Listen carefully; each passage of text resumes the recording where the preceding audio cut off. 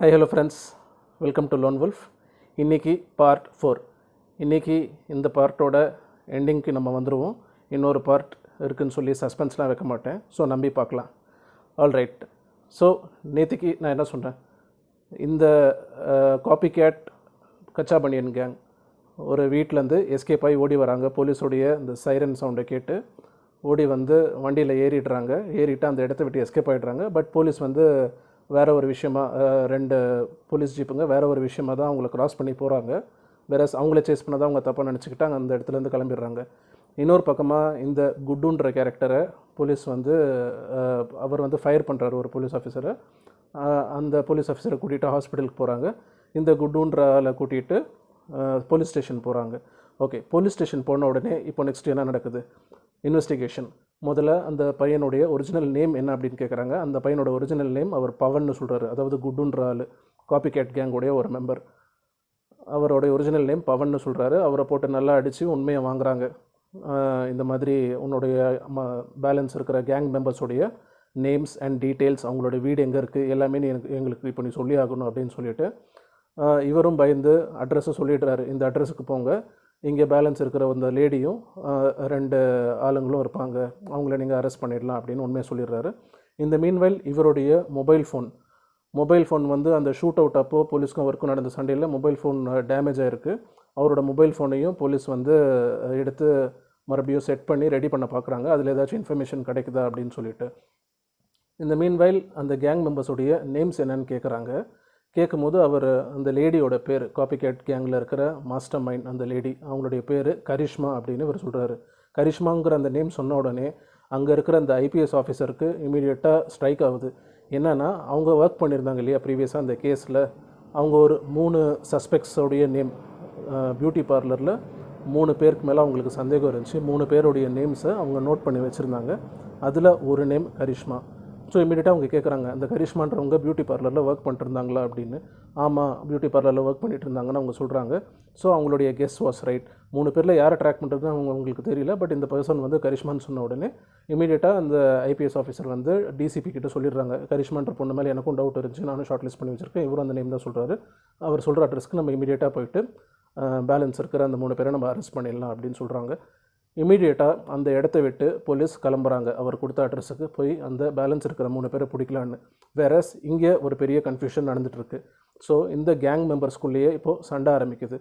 அந்த சீனியர் சிட்டிசன்ஸோட வீட்டிலேருந்து எஸ்கேப் ஆகி நேராக அவங்க வீட்டுக்கு வராங்க. அதே டைமில் தான் இந்த பவனுன்றவரையும் போலீஸ் அரெஸ்ட் பண்ணி கூட்டிகிட்டு வராங்க ஸ்டேஷனுக்கு. இப்போது நெக்ஸ்ட் என்ன நடக்குது அப்படின்னா, அவங்க வீட்டுக்கு வந்த உடனே அந்த கேங் மெம்பர்ஸ்குள்ளேயே சண்டை ஆரம்பிக்குது. என்னென்னா, ஒருத்தர் அந்த லேடியோட பாய் ஃப்ரெண்ட் சொல்கிறாரு, சம்பாதிச்ச வரைக்கும் போதும், என்ன அமௌண்ட் இருக்கோ அதுக்கு ஆளுக்கு பிரிச்சுட்டு நம்ம இங்கேருந்து கிளம்பிடலாம். ஏன்னா ஏற்கனவே பவனுங்கிறவன் நேற்று நைட்லேருந்து ஆளை காணோம், பேலன்ஸ் நம்ம 3 பேர் தான் இருக்கும். போலீஸுக்கு கச்சாபனியன் கேங் இதுக்கு பின்னாடி இல்லைங்கிறது கிளியராக தெரிஞ்சிருச்சு, நம்ம மேலே டவுட் வந்துருச்சு. இப்போது இதுக்கு மேலே நம்ம இறங்கி ஏதாச்சும் பண்ணணும்னா மாட்டிப்போம். வேறஸ் நேற்றுக்கு நைட்டே ஜஸ்ட் இந்த சைரன் போலீஸோடைய வண்டி நம்மளை தாண்டி தான் போச்சு, பட் நம்மளை தான் பிடிக்க வந்தோம், நம்ம எல்லாம் பயந்துட்டோம். அவங்க பிடிச்சிட்டாங்கன்னா டோட்டலாக நம்மளுடைய கதை முடிஞ்சிடும். ஸோ இதோட நம்ம ரிஸ்க் எடுக்க வேண்டாம் அப்படின்னு அவங்க சொல்கிறாங்க.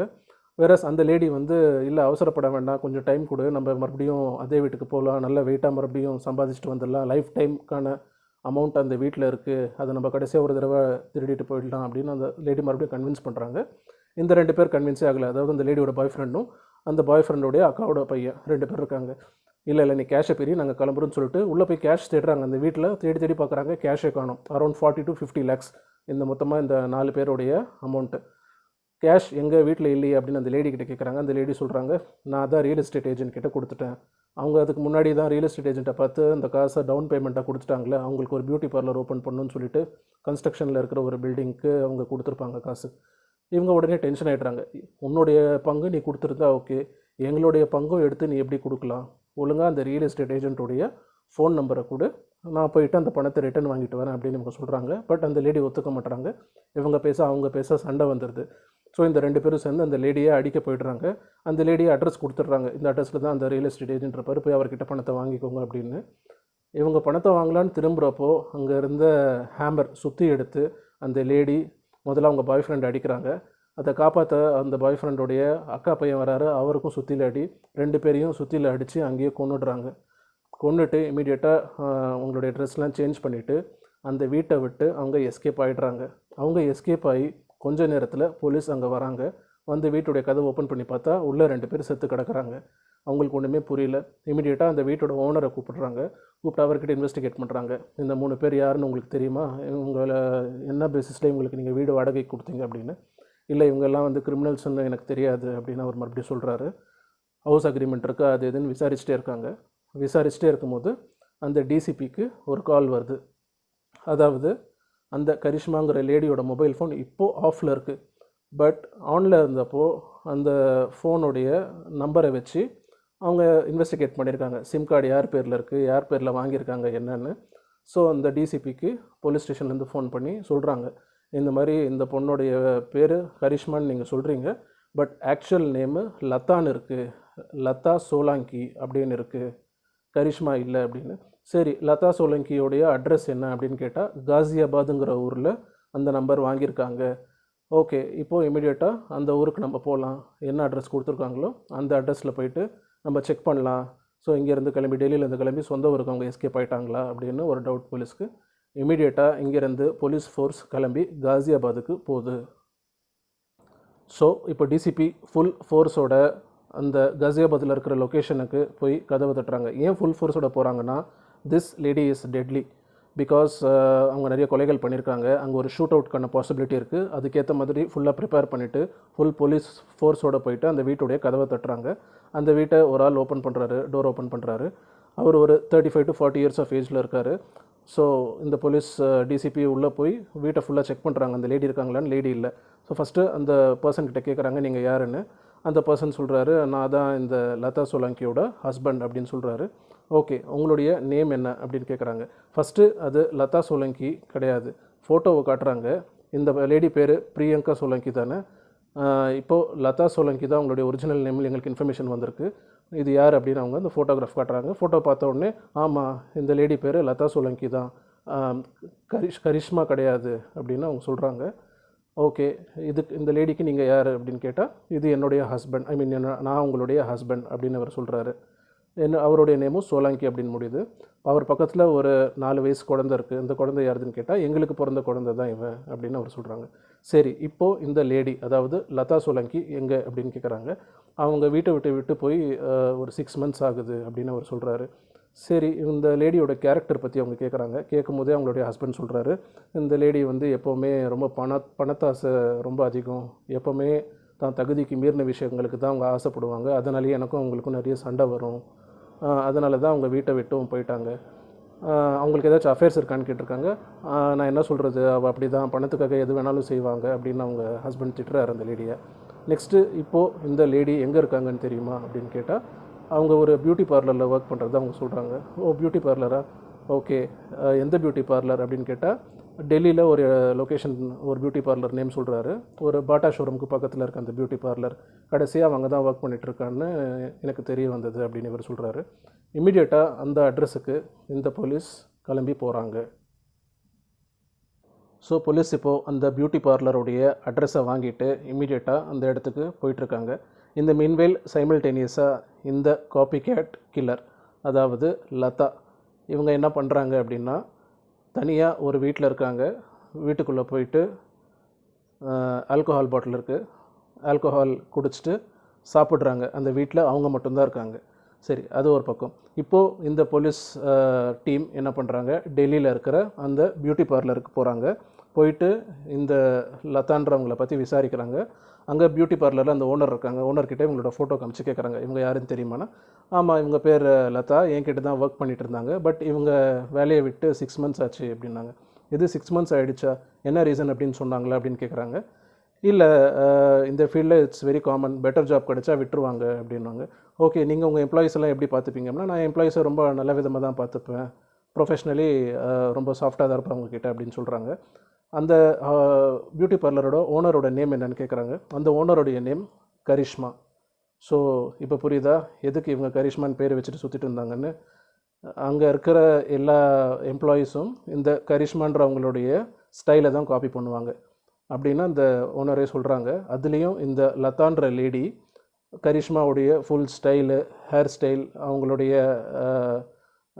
மேனரிசம் எல்லாத்தையுமே வந்து பயங்கரமாக காப்பி பண்ணியிருக்காங்க. அது மாதிரி தான் அவங்களும் நடந்துப்பாங்க.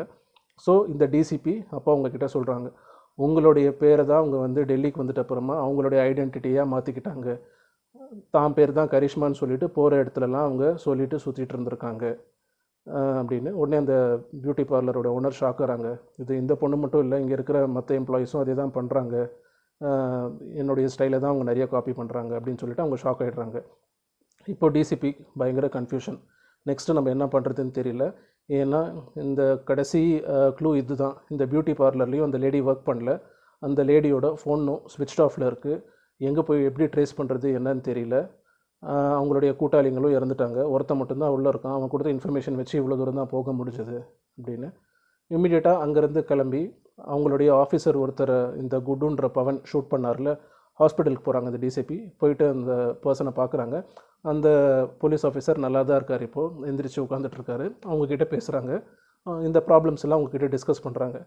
இந்த மாதிரி இந்த லேடி எந்த அளவுக்கு ஷார்ப்பாக இருக்கான்னு பார்த்தீங்களா, தனி ஆளாக நின்று எல்லா பிளானிங்கும் இந்த லேடி தான் பண்ணியிருக்காங்க. நெக்ஸ்ட்டு அவங்களுடைய கூட்டாளிங்களையே அடித்து கொண்டிருக்காங்க, அந்த அளவுக்கு மோசமான ஆள். நம்பர் 3, திருடின பணம் நகை என்ன இருக்கோ எல்லாத்தையும் தூக்கிட்டு தனி ஆளாக டெல்லியில் தான் சுற்றிட்டுருக்காங்க. டெல்லியில் சுற்றிட்டு இருக்காங்களா இந்த டைமுக்கு, இல்லை டெல்லியை விட்டு எங்கேயாச்சும் வெளியில் சுற்றிட்டு இருக்காங்களான்னு தெரியல. ஷீ இஸ் ஸோ ஷார்ப், தனியாக இவ்வளோ தூரம் வந்திருக்காங்க எந்த க்ளூவும் விடாமல் அப்படின்னு.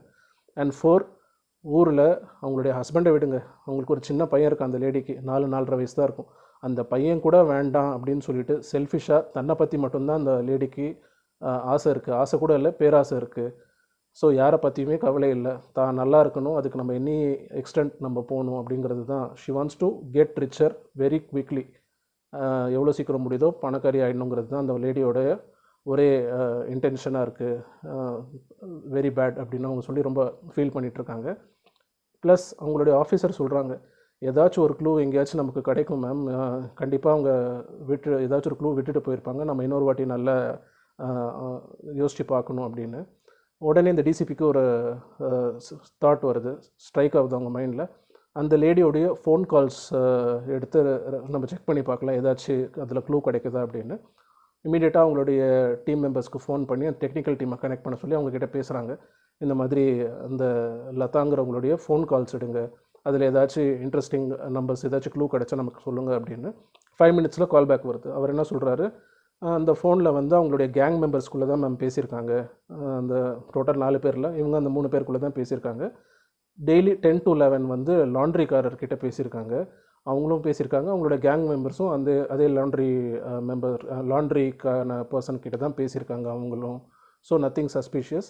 இது தவிர்த்து ஃபுட் ஆர்டர் பண்ணியிருக்காங்க ஃபோன் பண்ணி அப்பப்போ அப்படின்னு இவங்க கேட்குறாங்க. ஃபுட் ஆர்டர் பண்ணியிருக்காங்களா, ஓகே, ஒரே நம்பருக்கா இல்லை வேறு நம்பருக்கா? 4 டிஃப்ரெண்ட் ரெஸ்டாரண்ட்ஸ்லேருந்து ஃபுட் ஆர்டர் பண்ணியிருக்காங்க அப்படின்னு கேட்குறாங்க. சரி, என்ன டைமில் ஆர்டர் பண்ணியிருக்காங்க அப்படின்னு பாருங்கள் அப்படின்னு பார்க்குறாங்க.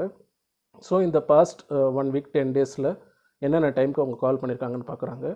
ஒரே ஒரு நம்பருக்கு, ஒரு ரெஸ்டாரண்ட்டுக்கு மார்னிங் ஒரு நாள் 5:30, 6:10, 6:30 இந்த 3 டைமுக்கு கால் பண்ணியிருக்காங்க. கரெக்டாக இது என்றைக்கு கால் பண்ணியிருக்காங்கன்னா, ஃபஸ்ட்டு அவங்க ஒரு ராபரி பண்ணாங்கள்ல, 4 எல்டர்லி பீப்புளை கொலை பண்ணிவிட்டு, அதுக்கு அடுத்த நாள் காலையில் அந்த பர்சன்கிட்ட இவங்க கால் பண்ணி பேசியிருக்காங்க. மார்னிங் அதான் நான் சொல்கிற மாதிரி இந்த ஏர்லி மார்னிங் 5:30, 6:10, 6:30 இவ்வளோ காலையில் எதுக்காக ஒரு ரெஸ்டாரண்ட்டுக்கு கால் பண்ணணும்? ஏன்னா இந்த டைமுக்கு பிரேக்ஃபாஸ்ட்டும் வராது, எந்த ரெஸ்டாரண்ட்டும் ஓப்பனும் பண்ணியிருக்க மாட்டாங்க, தே நீட் சம் டைமில். ஸோ அன்யூஷுவல் காலாக இருக்குது, இந்த ஃபுல் கால் ரெக்கார்ட்ஸில் இந்த டைமிங் ரொம்ப அன்யூஷுவலாக இருக்குது அப்படின்னு அந்த லேடி வந்து அந்த பர்சனுடைய நம்பரை ட்ராக் பண்ண சொல்கிறாங்க. அந்த ரெஸ்டாரண்ட் ஓனர்கிட்ட ட்ராக் பண்ணி அங்கே ஒரு போலீஸ் ஃபோர்ஸ் அனுப்புகிறாங்க. மேபி கால் ரெக்கார்ட்ஸ்லாம் அவங்க டைரெக்டாக மொபைல் கம்பெனிஸ்க்கு ரிக்வெஸ்ட் பண்ணி அந்த காலை கேட்குறதுக்கெலாம் டைம் எடுக்கும். இப்போ டைம் இல்லாததுனால இவங்க குயிக்காக நெக்ஸ்ட் என்னென்ன பெஸ்ட்டு பண்ண முடியுமோ கம்மி டைமில் நெக்ஸ்ட்டு இதை தான் பண்ணுறாங்க. ஸோ போய் அந்த ரெஸ்டாரண்ட் ஓனரை தூக்கிட்டு வர சொல்கிறாங்க, அந்த அட்ரஸை கண்டுபிடிச்சி. ஸோ போலீஸ் போய்ட்டு அந்த ரெஸ்டாரண்ட்டுடைய ஓனரை உங்கள்கிட்ட இன்வெஸ்டிகேட் பண்ணணும்னு சொல்லிட்டு போலீஸ் ஸ்டேஷனுக்கு தூக்கிட்டு வராங்க. ரெஸ்டாரண்ட் ஓனரை தூக்கிட்டு வந்து ஸ்டேஷனில் உட்கார வச்சு விசாரிக்கிறாங்க. இந்த மாதிரி காலையில் 5:30, 6 o'clock, 6:10, 6:30க்கெலாம் ஆட் டைம்ஸில் உனக்கு கால் வந்திருக்கு, என்ன விஷயம் அப்படின்னு. ஃபஸ்ட்டு ரெஸ்டாரண்ட் ஓனர் சாப்பாடுக்காக ஆர்டர் பண்ணியிருப்பாங்க, கால் பண்ணியிருப்பாங்க அப்படின்னு சொல்கிறாரு. ஒழுங்காக உண்மையை சொல்லு, இல்லாட்டி உன்னையும் இந்த கேஸில் நாங்கள் டேக் பண்ணிடுவோம் அப்படின்னு சொல்கிறாங்க. அப்புறமா அவர் உண்மையை சொல்கிறாரு. என்ன சொல்கிறாருன்னா, அந்த பர்சன் லதான்றவங்க தான் ஓவர் ஃப்ரெண்ட்லியாக இவர்கிட்ட நடந்துக்கிட்டாங்க அப்படின்னு. அப்பப்போ கால் பண்ணிலாம் நல்லா பேசுவாங்க சாஃப்டாக. அண்ட் செகண்ட்லி, ஒரு நாள் கால் பண்ணி என்னுடைய சொந்தக்காரங்களுக்கு அவசரமாக ஒரு வீடு தேவை, இன்னும் உங்களுடைய காண்டாக்ட்ஸை வச்சு எனக்கு வீடு வாங்கி ரெண்ட்டுக்கு வாங்கி கொடுங்க அப்படின்னு ரொம்ப என்னை ஃபோர்ஸ் பண்ணாங்க. எந்த ஐடியும் என்கிட்ட இல்லை. நீங்கள் கேட்குற காசை நான் கொடுத்துக்கிறேன், கொஞ்சம் எக்ஸ்ட்ராவாக இருந்தாலும் பரவாயில்ல, நான் காசு கொடுக்க ரெடியாக இருக்கேன். பட் ஐடி ப்ரூஃப் எதுவும் இல்லை, உங்களுக்கு தெரிஞ்ச காண்டாக்ட்ஸை வச்சு ஹவுஸ் ஓனர்கிட்ட பேசி எனக்கு ஒரு வீடு ரெண்ட்டுக்கு ரெடி பண்ணி கொடுங்க அப்படின்னு ரொம்ப என்னை ஃபோர்ஸ் பண்ணிகிட்டே இருந்தாங்க. அதனால தான் சரி ஓகே, ஏதோ ஃபேமிலி மெம்பர்ஸு இந்த டெல்லி குளிரில் எங்கே தங்குவாங்க பாவம்னு சொல்லிவிட்டு எனக்கு தெரிஞ்ச ஹவுஸ் ஓனருக்கு கூட்டிகிட்டு போய் நான் வந்து ரெண்ட்டில் ஒரு வீடு இவங்களுக்கு வாங்கி கொடுத்தேன் அப்படின்னு. ஸோ இந்த லதான்றவங்க என்ன பண்ணியிருக்காங்க, ஃபஸ்ட்டு கொலை பண்ணாங்களே அந்த 4 எல்டர்லி பீப்புள், அந்த கொலை பண்ணி முடிச்சுட்டு அதுக்கான காசெல்லாம் எடுத்துகிட்டு வீட்டுக்கு வந்துட்டு அடுத்த நாள் அவங்க யோசிச்சிருக்காங்க போல இருக்குது, என்றைக்காக இருந்தாலும் இந்த கேங்குக்கும் நமக்கும் சண்டை வரும், இன்கேஸ் நம்ம இந்த கேங்கை விட்டு தனியாக பிரிஞ்சு போகிற மாதிரி இருந்தால் நமக்கு ஒரு வீடு தேவை, ஒரு பிளான் பி ரெடி பண்ணி வச்சுருக்காங்க, இன்னொரு வீடு தேவை, அந்த வீட்டுக்கு எந்த விதமான டாக்குமெண்ட்ஸும் இருக்கக்கூடாது, ட்ரேசஸும் இருக்கக்கூடாது. அதனால தான் அந்த ரெஸ்டாரண்ட் ஓனரை யூஸ் பண்ணிவிட்டு அவங்களுடைய கேங் மெம்பர்ஸ்க்கு தெரியாமல் இன்னொரு வீட்டை அவங்க ரெடி பண்ணி வச்சுருந்துருக்காங்க, பிரச்சனை வரும்போது அந்த வீட்டுக்கு போய் தங்குற மாதிரி. Okay, back to the story. So இந்த ரெஸ்டாரண்ட் ஓனர்கிட்ட அந்த வீட்டுடைய அட்ரஸ்ஸு எல்லா டீட்டெயில்ஸும் வாங்கிட்டு இம்மீடியட்டாக police are rushing to the spot. எல்லா ப்ரிகாஷனரி மெஷர்ஸ் எடுத்துக்கிறாங்க, அந்த தெருவோட என்ட்ரி எக்ஸிட் பாயிண்ட்ஸ்லாம் பார்த்து வச்சுக்கிறாங்க. டிசிபியும் இருக்காங்க, அவங்களும் சொல்கிறாங்க யாரும் ஃபயர் பண்ணக்கூடாது, ஐ வாண்ட் ஹர் அலைவ் அப்படின்னு சொல்லிட்டு. She is not expecting as.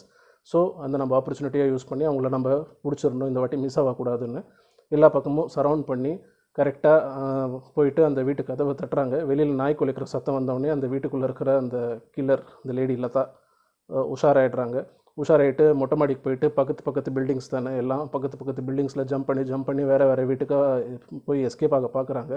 போலீஸும் சேஸ் பண்ணி ஒரு பாயிண்ட் ஆஃப் டைமில் பிடிச்சிடுறாங்க. அவங்கள பிடிச்சிட்டு போய் ஜீப்பில் உட்கார வச்சு இந்த டிஎஸ்பி அங்கேயே கேட்குறாங்க ஏன் அப்படின்னு.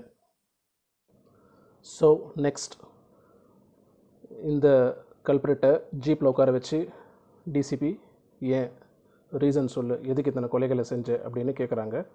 இம்மிடியேட்டாக அந்த லேடி லதா என்ன சொல்கிறாங்கன்னா, என்னுடைய கேங் மெம்பர்ஸ் 2 பேரை நான் தான் கொலை பண்ணேன், இது செல்ஃப் டிஃபென்ஸ், நான் உங்களை கொலை பண்ணலைன்னா அவங்க என்னை கொண்டு இருப்பாங்க, அதனால தான் நான் உங்களை கொன்னேன் அப்படின்னு சொல்கிறாங்க.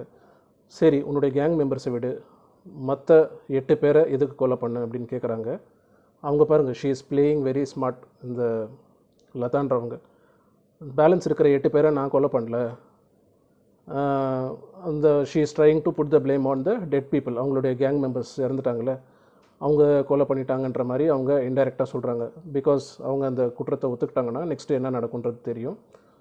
பேலன்ஸ் இருக்கிற 8 பேருக்கு நான் எந்த விதமான அப்யூஸும் பண்ணல, நான் யாரையும் கொலை பண்ணல அப்படின்னு அவங்க சொல்கிறாங்க. நீ கொலை பண்ணலையா, என்னென்ன முட்டாள்னு நினச்சியா, முட்டாள் மாதிரி பேசாத அப்படின்னு இந்த டிசிபி ரொம்ப கோவப்பட்டு அவங்க கிட்ட சொல்கிறாங்க. என்ன சொன்னீங்க நீங்கள், அந்த வேர்ட்ஸ் முட்டாள் மாதிரி பேசாத, அதுதான் எப்போ போனோம் எனக்கு இந்த மாதிரி டிஃப்ரெண்ட்டான ஐடியாஸ் வருதோ அப்போ போய் நான் சொல்லுவேன் எனக்கு தெரிஞ்சவங்க கிட்ட, என் ஹஸ்பண்ட் கிட்ட, எல்லாருமே அதான் சொல்லுவாங்க, நீ முட்டாள் மாதிரி பேசுகிற, பைத்தியம் மாதிரி பேசுகிற, நடக்கிறத சொல்லு. இதே மாதிரி தான் என்னை பேசி என்னை ரொம்ப அப்செட் பண்ணுவாங்க, டீமோட்டிவேட் பண்ணுவாங்க.